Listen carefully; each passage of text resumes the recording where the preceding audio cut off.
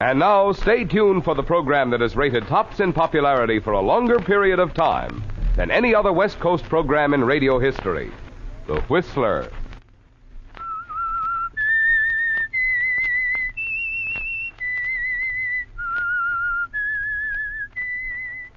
Invites you to sit back and enjoy another strange story by The Whistler. And for Sunday evening listening pleasure, the signal to listen for is this whistle that identifies The Whistler.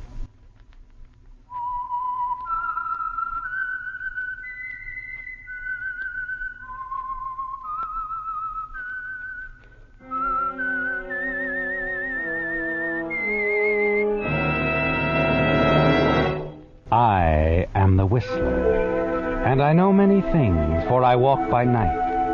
I know many strange tales hidden in the hearts of men and women who have stepped into the shadows. Yes, I know the nameless terrors of which they dare not speak. And now the Whistler's strange story. Incident at Pebble Cove.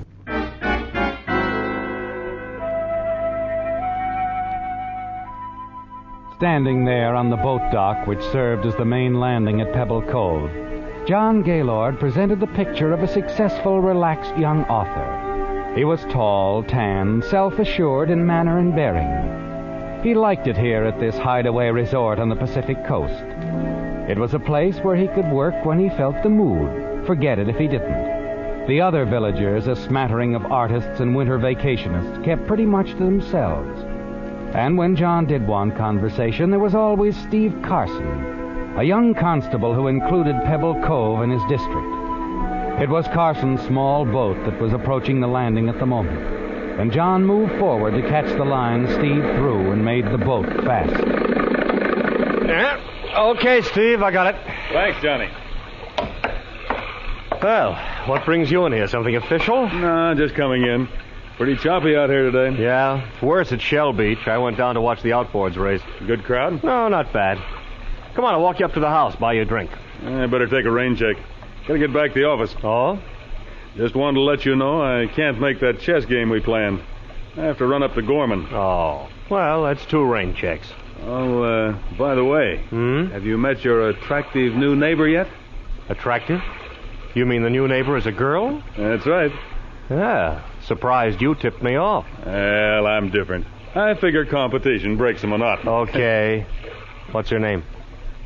Benton, I believe. Yeah, Peggy Benton. Peggy Benton? You know her? No. No, I don't. Well, the way you reacted... No, I don't know her, no. The name sounded familiar, that's all. Well, I'm sure you'll get around to making it sound more familiar. Good luck. Yeah. Thanks.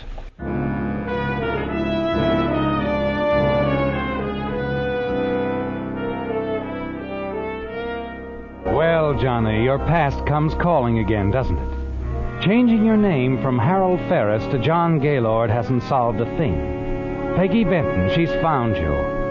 And you wonder what it means this time. You watch Steve Carson's boat move away from the landing and walk back to the beach. The rising tide tells you that it's close to 6 o'clock. Not too late to make a call on your neighbor, and you're anxious to get it over with. As you reach your cottage about 100 yards from your own, you ring the bell and brace yourself to face it. Well, Mr. Ferris, I've been expecting you, Hal. Hello, Peggy. Well, come in. Neighbor. Or should I call you by your new name, Johnny Gaylord? That's what everybody else calls me. I like it. Well, may I fix you a drink, Johnny? No, thanks. Well, you don't mind if I have one? No, go ahead. Oh, thank you. You look so well, John. So very well.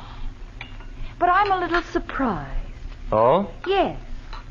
So many successful young authors have their pictures on the jackets of their books. You never have. Not, hiding from someone, darling. All right, Peggy. What do you want? What are you down here for? Oh, darling, are we going to talk silly or neighborly? You know what I want. More of the same. I can't give you another cent. Oh. when you're doing so much better than before? I should think it'd be easier. Peggy, I wish you'd leave here. I'm sure you do. You also wish I'd drop dead. I didn't say that. You're as obvious as your cheap writing, Johnny. But little Peggy takes good care of herself. Understand? And she's going to take even better care of herself. So? How much is it this time? Oh, no special amount. Now, wait a minute. I'll give you $5,000, Peggy. $5,000?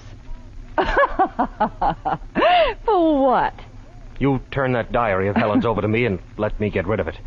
Oh, so the world will never know that Helen's death wasn't accidental.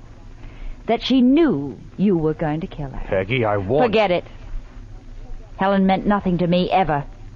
Just a roommate, that's all. But a mighty profitable one, now that you're so successful, Johnny. Peggy, where is that diary? Oh, let's just say I have it in my hope chest, shall we? It's not for sale. Not when it's practically an annuity. A nice yearly income. And where is this going to end? It isn't. Johnny, darling. Unless you want that drink, you'd better run on home. Do some thinking until, say about 10 tomorrow morning. 10? Isn't that when the bank opens? You see, little Peggy wants a check. A nice big check to cash. And you'd better have it ready for me.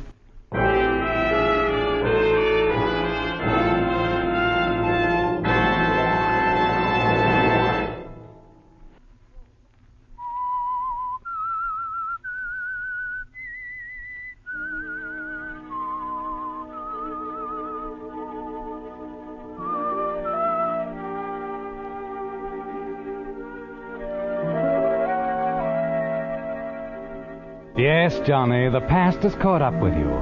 Peggy Benton has traced you to Pebble Cove, and she's the same determined girl that you thought you'd left behind in St. Louis. Determined to make you pay for her silence concerning that oddly unsolved death of your former fiancée, Helen Walters. But you don't go to the bank the next morning, do you, Johnny? No. You're certain that Peggy will take her time, not risk upsetting you. She'll give you time to think, to realize that you must pay her because there's no other way. Unless, of course, you can get your hands on the diary of your late fiancée, Helen Walters. The diary Peggy is using to blackmail you. You've got to get it from Peggy and destroy it. That afternoon, you're pacing the living room of your cottage, thinking about it and wondering, when there's a knock on the door. Oh, Steve, come on in. I didn't think you'd mind Miss Benton joining us, Johnny. I've been showing her around, introducing her to some of the villagers. Oh, when I heard you were living here, Mr. Gaylord, I insisted on meeting you right away. Well, it's a pleasure. Oh, thank you. Everyone's so nice. And I suppose you know, too, that you've got the nicest constable here. I bet she says that to all the constables, eh, Johnny? Yeah. I'll get you a chair, Miss Benton. No, we mustn't stay. I've heard, Mr. Gaylord, how writers hate to have their privacy invaded. We'll run on. I only wanted to say how I've enjoyed your work. She's quite a fan of yours, Johnny. Particularly that murder story. The one about the man who killed his fiancée? The one where the police didn't even know she had a boyfriend? Oh, that boyfriend was pretty smart. What was that? Not one of the Dave Driscoll series? Oh, well, it was an old one, quite some time back. The girl, well, she left a diary or something. It named her fiancé and told how she thought he'd kill her. And it was just the way she died. Oh, it was terrific. I can see you guessed wrong on that one, Miss Benton. Huh? Now you've made Johnny believe you don't read him at all. Come on, we better go. Anyway, I've got to get back to the office. Oh, well, all right, Steve. Oh, but you do forgive me, don't you, Mr. Gaylord? There's nothing to forgive. Oh, that's fine. I'll see you again. Real soon. Yes, you will. Real soon. You watch them leave, walking down the path toward her own cottage. And suddenly you realize that you must get that diary away from Peggy. If necessary, you will have to use force, won't you, Johnny? Yes. You've got to get that diary which practically names you as a murderer. The opportunity comes several hours later, doesn't it? When the yelping of a small dog attracts your attention to the front door. You see that the dog, small and white, is tagging along at Peggy Benton's heels as she walks down to the beach for an afternoon swim. You slip out of the cottage and hurry after them.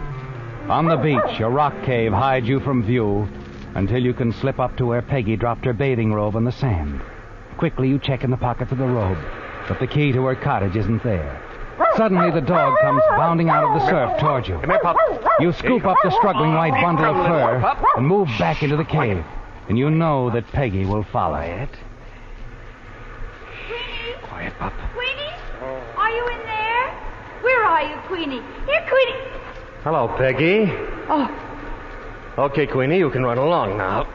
Here, go fetch.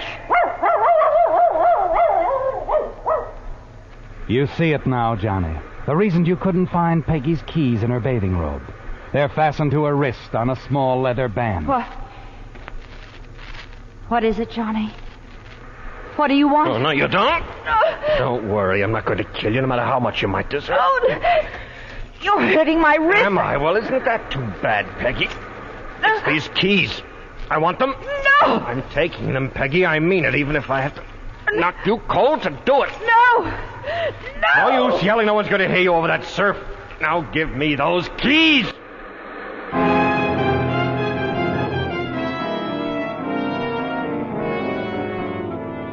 A few minutes later, after leaving Peggy lying back in the cave, where you hit her hard enough to knock her out for a while, you begin your search of her cottage, looking everywhere. Somehow you lose all track of time until nearly a full hour later, you hear the clock on the mantel. 6 o'clock. The tide's in. If Peggy hasn't come to, she'll drown. You rush out of the cottage, down the path toward the beach, and then suddenly you stop dead in your tracks. You can see him standing there in the half-darkness, leaning against the tree. It's too late to turn back, isn't it, Johnny? He's already heard you. Hello. That you, Johnny? Yeah. Hello, Steve. What are you doing around here? Might ask you the same thing, huh? Well, I just stepped Don't out. have to, really. I know what you're up to. What? Calling on your new neighbor, huh? Oh. No, really, I wasn't. Sure, I was just kidding. Out for a walk? Yeah.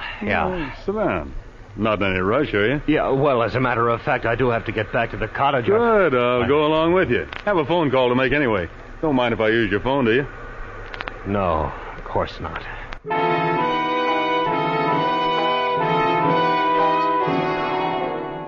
And so you start back for the cottage, away from the caves and Peggy. You're hardly listening to Steve's idle chatter. All you can hear is the pounding of the surf below, smashing into the caves. Finally, at the cottage, Steve puts through his phone call, and you keep glancing at your watch. There's still a chance you'll be able to reach Peggy in time, isn't there? But somehow you'll have to get rid of Steve. Then, as he finishes his call... How do you like that? Now, I gotta get back to the village. You do? Yeah, my own fault for calling, I guess. Another stolen car. Well, sorry to rush away, Johnny. But then, you have work to do. Yes, I have work to do. Nice.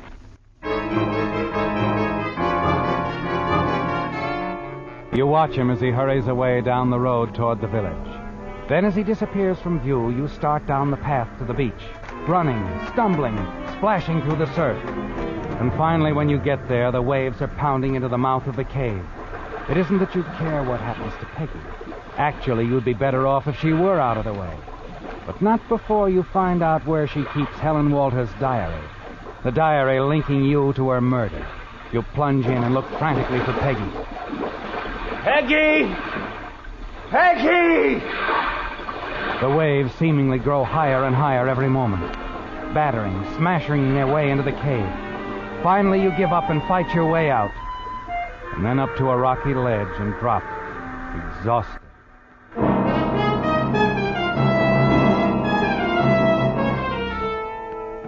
The hours that follow are agony, aren't they, Johnny? It's the waiting through the long night, wondering if Peggy is dead, washed out to sea. Late the following afternoon, you go down to the village, and in the post office, you run into old Martin Hayes. Say, Johnny, Hmm? you hear about the Benton girl? No, what? Found her body just a little while ago on the beach, about a mile from here. Drowned. Drowned? Yeah, the riptides. Pretty dangerous over that way. Too bad. She seemed like a real nice young lady.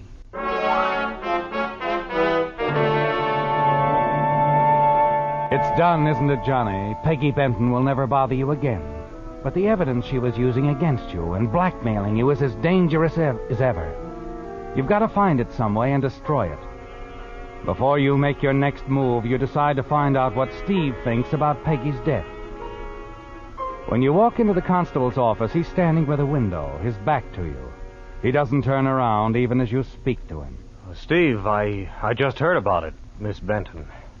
Quite a shock. Yes, quite a shock. Well, accidents do happen. Was an accident, of course. Looks that way. Although in the preliminary examination, the coroner found a pretty bad bruise on the back of her head. Oh? Might have struck her head against a rock. Could have knocked her unconscious. Yes, probably when she was out there in the water. We'll know more about it after the coroner brings in his autopsy report. Of course. Well, I'll be running along. Going to drop in tonight, Steve? Yeah. I'll be dropping in, Johnny.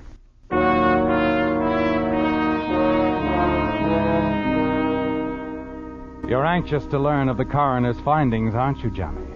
But you're quite confident you'll be in the clear, at least of Peggy's murder. And it was murder, wasn't it? Even though you hadn't intended it to be. Early that evening, as you sit across the chess table from Steve, you can sense there's something on his mind, something more important than your little game of chess. Steve, have you notified Miss Benton's family? Doesn't have one, as far as we've been able to find out. You looked through her things, at the cottage? Well, there wasn't much there. Oh. She'd brought only a couple of suitcases with her. I got a hunch she had a place in town. Apartment, maybe. Mm-hmm. Your move, Steve. Oh, sure, yeah. An apartment, huh? Any idea where it is? Not yet. We have a tracer on it now. City police are looking into it for us. I'd like to find that apartment, Johnny. Really important? I think so. I'd like to get there before somebody else does. Oh, what do you mean? Oh, maybe it's just a long shot. A wild guess on my part. But I have a hunch Peggy Benton's death wasn't accidental. I see. The coroner's report indicates that she was dead before she hit the water. Oh? Well, then it wasn't drowning. Look, Steve, here's a thought. That blow on the back of the head you mentioned. Isn't it possible that Miss Benton was walking along the beach and perhaps slipped off the rock? Hit her head when she fell? Yeah. Sure, I suppose. And then when the tide came in, It could have happened that way, Johnny. But there's one thing that bothers me. What's that? I'm wondering about her keys, Johnny. Keys? I was talking to her just before she went down to the beach yesterday. She was wearing those keys on a leather wristband. The body was found, the keys and the band were missing. I got a hunch that when we find those keys, we'll find a clue to the murder. Huh. Sure move, Johnny. Yes, and you've got to move fast now, Johnny. You've got to get to Peggy's apartment before the police do. You're more than thankful when Steve leaves early, and the moment he's gone, you pull the keys out of your pocket. The keys on the leather wristband. You examine them closely. First is the key to the cottage. The next is obviously a car key, and the third, you can barely make out the worn markings on it. The Creston Apartments, apartment 10. Quickly, you drop the keys in your pocket and hurry out towards your car, glad there's only a 25-mile drive to town and Peggy's apartment. It's almost 10 o'clock when you arrive at the Creston and slip quietly into apartment 10. You go through each room carefully and finally find what you're looking for, the diary Peggy was using to blackmail you. As you remove the rubber band around it and thumb through it, several photographs fall out and flutter to the floor.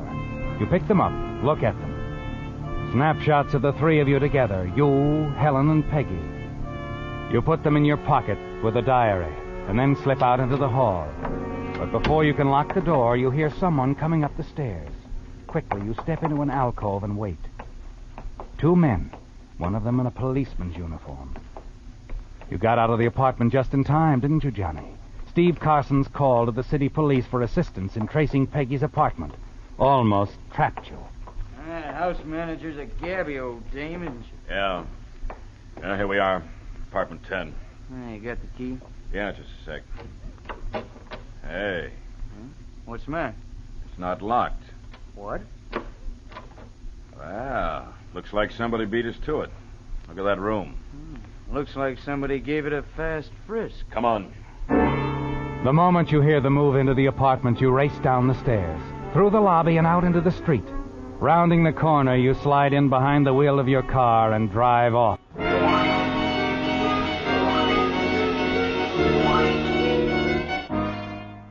It was close, wasn't it, Johnny? As you reach the outskirts of town, the highway, you pull into a gas station. You want to be certain the police didn't see you leaving Peggy's apartment and aren't following. As the station attendant fills the tank, you keep an anxious eye on the rearview mirror. The police are nowhere in sight, and you're certain that you've given them the slip, aren't you? Yes, and you're feeling a lot better now that the only link between you and murder is safely tucked away in your inside coat pocket. Check the oil and water, sir? Oh, no, thank you. Here you are. Everything else okay? Yes, everything's fine. Just fine.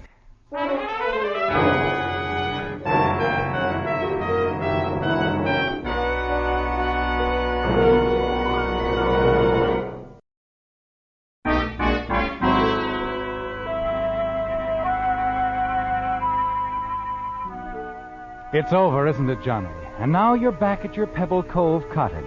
It was a lucky break, wasn't it? Finding Peggy's apartment. Getting away before the police arrived. You've only to destroy the diary, the snapshots of you, Helen, and Peggy.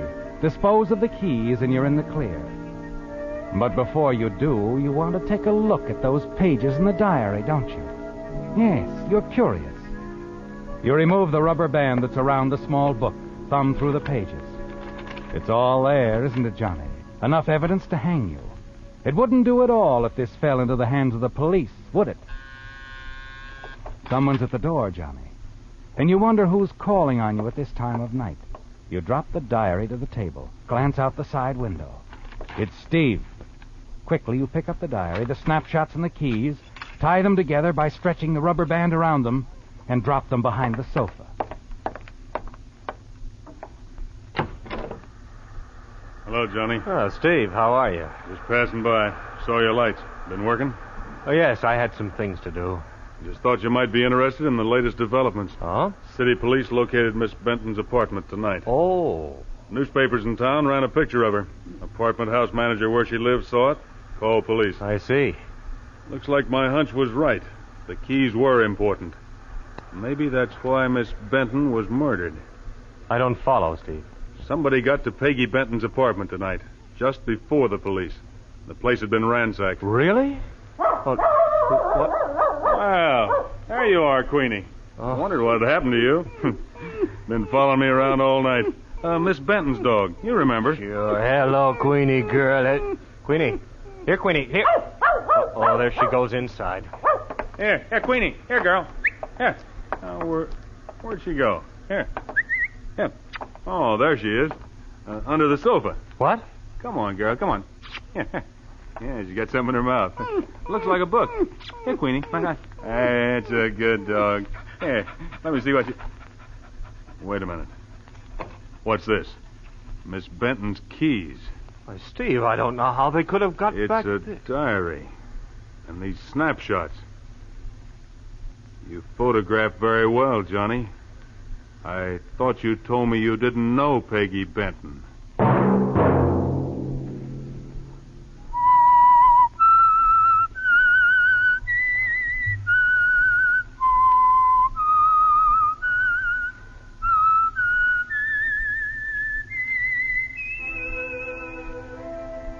Let that whistle be your signal for the Whistler each Sunday night at this same time.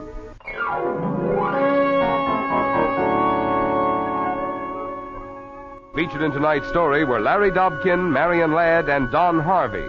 The Whistler was produced and directed by George W. Allen, with story by Steve Hampton, music by Wilbur Hatch, and was transmitted to our troops overseas by the Armed Forces Radio Service. The Whistler is entirely fictional. All characters portrayed on The Whistler are also fictional. Any similarity of names or resemblance to persons living or dead is purely coincidental. Remember, at this same time next Sunday, another strange tale by The Whistler.